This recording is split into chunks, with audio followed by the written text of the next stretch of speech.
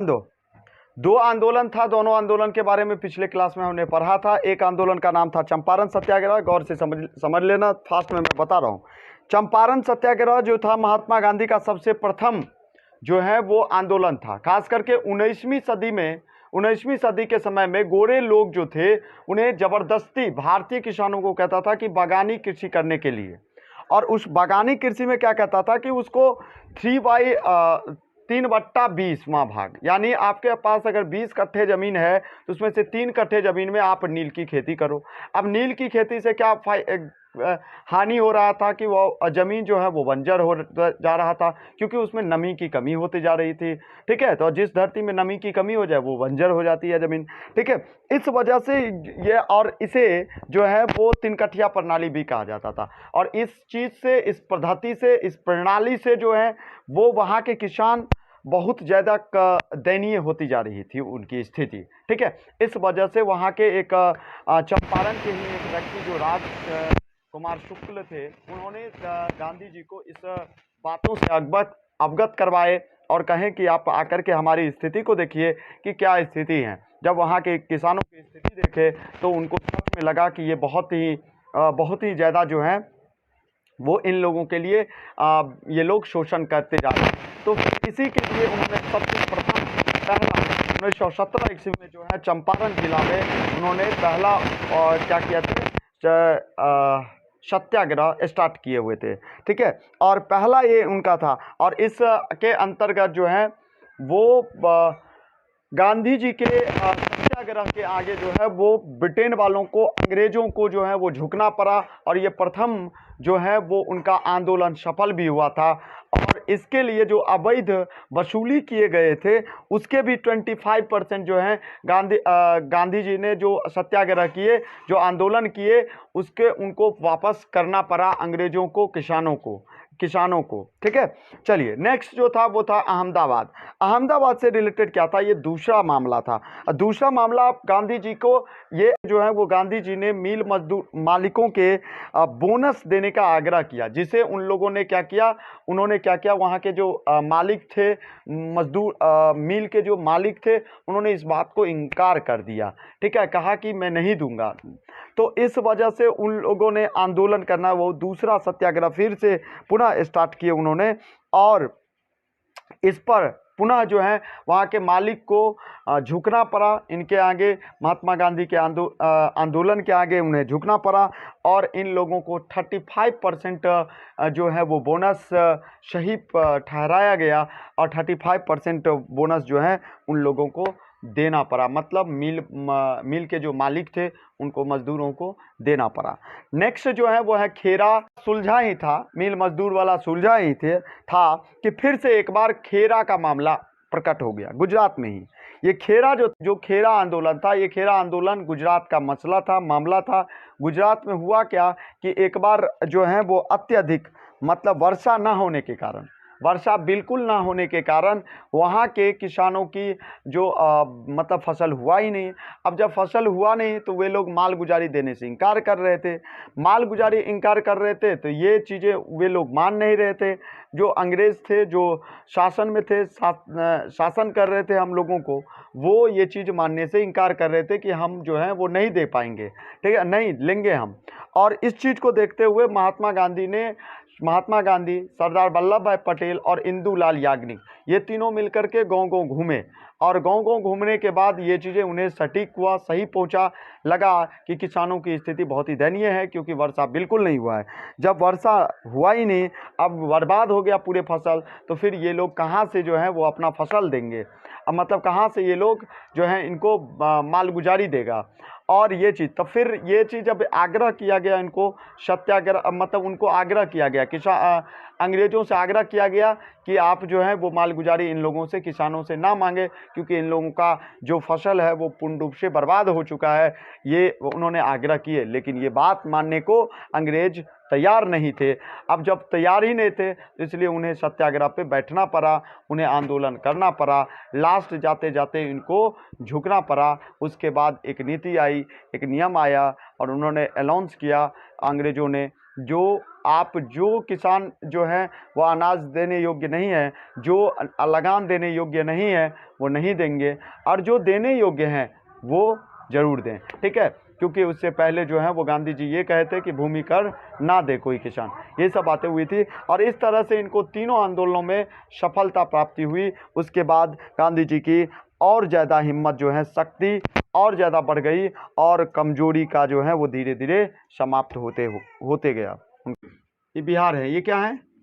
बिहार। और बिहार में एक जगह है जिसका नाम है चंपारण। चंपारण, क्या नाम है? चंपारण। यहाँ पे एक व्यक्ति थे जिनका नाम क्या था? राज शुक्ल। क्या नाम था? राज शुक्ल। क्या नाम था?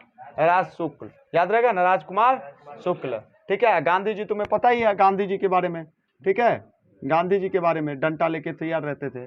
और ये जो है वो क्या हुए, यहाँ पे क्या हुआ, ध्यान दो। यहाँ पे जो बिहार के किसान थे, इनको 3/20वां भाग, ये वाला हिस्सा में क्या करना पड़ता था? खेती करना पड़ता था, नील का। किसका? नील का खेती करना पड़ता था। अब ये लोग, इनके कारण क्या होता था? जमीन बंजर होते जा रहे थे। जमीन बंजर होते जा रहे थे, तो इसीलिए गांधी जी को बुलाए। गांधी जी आए, सत्याग्रह किए, और सत्याग्रह के बाद इन लोगों को उनकी बात मानना पड़ा, और लास्ट तक इनको 25% जो है इन लोगों को अवैध वसूली भी देना पड़ा। यही चंपारण सत्याग्रह में हुआ था। कहानी समझ में आ गया? 1917 में। दूसरा कांड हुआ था खेरा। ये है खेरा, ठीक है। ये सॉरी, अहमदाबाद। अहमदाबाद, अहमदाबाद ये आपका गुजरात में ही है। ये गुजरात में कंडीशन क्या हुआ था कि एक मिल था, एक मिल है, और मिल के जो मालिक थे ना, ये लोग इसमें कौन काम करेंगे भाई? कौन काम करेंगे मिल में? कौन काम करेंगे? मजदूर। मजदूर काम करेंगे। तो मजदूर सब काम करते थे, लेकिन गद्दी पे जो बैठे हुए थे, ये मालिक जो गद्दी पे बैठे हुए थे ना, तो ये मालिक जो है इन लोगों को बोनस नहीं देना चाह रहे थे। जब बोनस नहीं देना चाह रहे थे, तो ये लोग कह रहे थे कि हमको बोनस दीजिए। आई कह रहा था कि मैं बोनस नहीं दूंगा, ठीक है। अब जब बोनस नहीं दे रहे थे, तो ये क्या किया, इनको इसके बाद ये फिर इनको बुलाए, फिर गांधी जी को बुलाए। तो फिर इन्होंने क्या किया, फिर सत्याग्रह स्टार्ट कर दिए दूसरा। अब सत्याग्रह जब स्टार्ट किए, तो इनको जो है वो 35% क्या देना पड़ा? बोनस देना पड़ा। खेल खत्म। तीसरा बात समझिए, तीसरा बात क्या है? तीसरा बात क्या है आपका? फिर है खेरा सत्याग्रह। अब देखिए, ये फिर गुजरात है, ये गुजरात है ना, गुजरात। अब गुजरात के एक जगह का नाम है खेरा। क्या नाम है? खेरा। अब खेरा में जो जमीन था ना, जमीन वो हो गया बंजर। बंजर जब होता है तो क्या होता है, ये पूरा दरार टाइप का फट जाता है, ठीक है। अब जब फट जाता है तो भाई क्या, जो फसल होगा, फसल में नमी नहीं मिलेगा। अब नमी नहीं मिल रहा था, समझ में आ रहा है ना। नमी जब नहीं मिल रहा था तो फसल क्या हुआ? बर्बाद हो गया। फसल बर्बाद हो गया यहाँ के किसानों का। तो ये लोग क्या नहीं देना चाह रहे थे? मालगुजारी नहीं देना चाह रहे थे। टैक्स जो लिया जाता था अंग्रेजों के द्वारा, ये देना नहीं चाह रहे थे। कौन? ये किसान लोग। ये कौन? किसान लोग देना नहीं चाह रहे थे। भाई जब देना नहीं चाह रहे थे, तो वो जबरदस्ती लेना चाहते थे। कौन? अंग्रेज लोग जबरदस्ती करते थे। अब जबरदस्ती कर रहे थे, इसीलिए गांधी जी फिर पहुंचे। और ये कौन कौन पहुंचे इनके साथ? तो सरदार वल्लभ भाई पटेल पहुंचे, उसके बाद दूसरा गांधी जी, तीसरा इंदुलाल याग्निक। ये तीनों व्यक्ति पहुंचे और गांव गांव घूम के देखे। जब गांव गांव उनको घूम के देखे, तो उनको लगा कि एक्चुअल में किसानों की स्थिति बहुत दयनीय है। अब जब दयनीय है, तो ये लोग मालगुजारी कहाँ से सरकार को देंगे? तो इसीलिए उनको क्या किए, आग्रह किए वहाँ के लोगों से कि आप लोग जो है, जब इनसे कहा, लेकिन कहा अंग्रेजों से कि भाई साहब ये लोग कहाँ से मालगुजारी देगा, जब इनके पास फसल हुआ ही नहीं। लेकिन वो चीज़ मानने के लिए अस्वीकार कर, उनके प्रस्ताव को अस्वीकार कर दिए।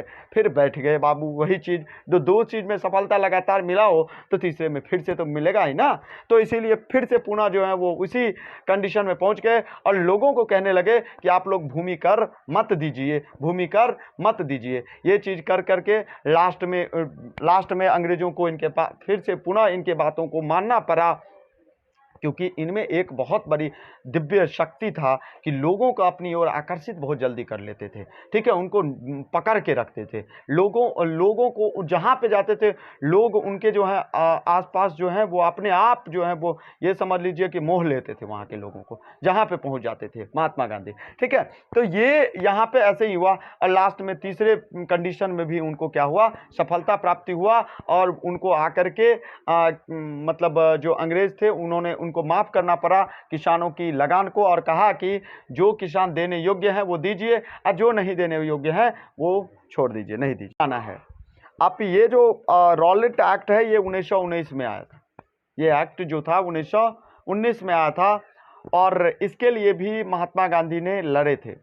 आपको पता है कि 1914 से लेकर के 1918 तक जो है वो भारत नहीं पूरे विश्व में प्रथम विश्व युद्ध हुआ था और 1918 तक।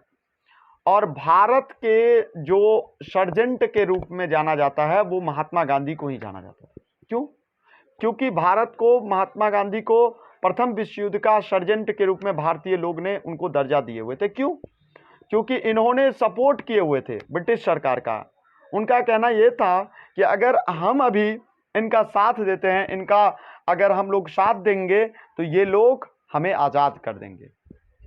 ठीक है, ये इनका मानना था, लेकिन हुआ ऐसा नहीं हुआ। जैसे ही 1918 में प्रथम विश्व युद्ध खत्म होता है कि 1919 ईस्वी में एक एक्ट लेकर के आया, अंग्रेजों ने एक एक्ट लेकर के आया और उसमें ये कथन था कि अगर कोई भी व्यक्ति भारत के अंदर कोई भी व्यक्ति अगर थोड़ा भी कोई भारतीय क्रांतिकारी टाइप का दिखता है कि सीधे उसको क्या करो कि बिना किसी एफआईआर के सीधे उठा करके उसको जेल में डाल दो। भाई डाल दिया जाता था और उसको गुप्त रूप से उस पर मुकदमा कर दिया जाता था कि ये सजा वो सजा वो सजा, और इस तरह से उन पर जो है वो सजा लगी मतलब रखे हुए थे। और वो रखे थे 30 मार्च 1919 ईस्वी को महात्मा गांधी ने।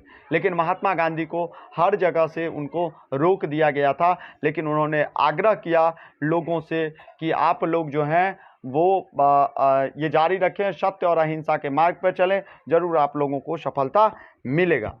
उसके विरुद्ध में एक कांड हो गया, जलियांवाला हत्याकांड। पता होगा सबको। टॉपिक दे दीजिए इसके टॉपिक।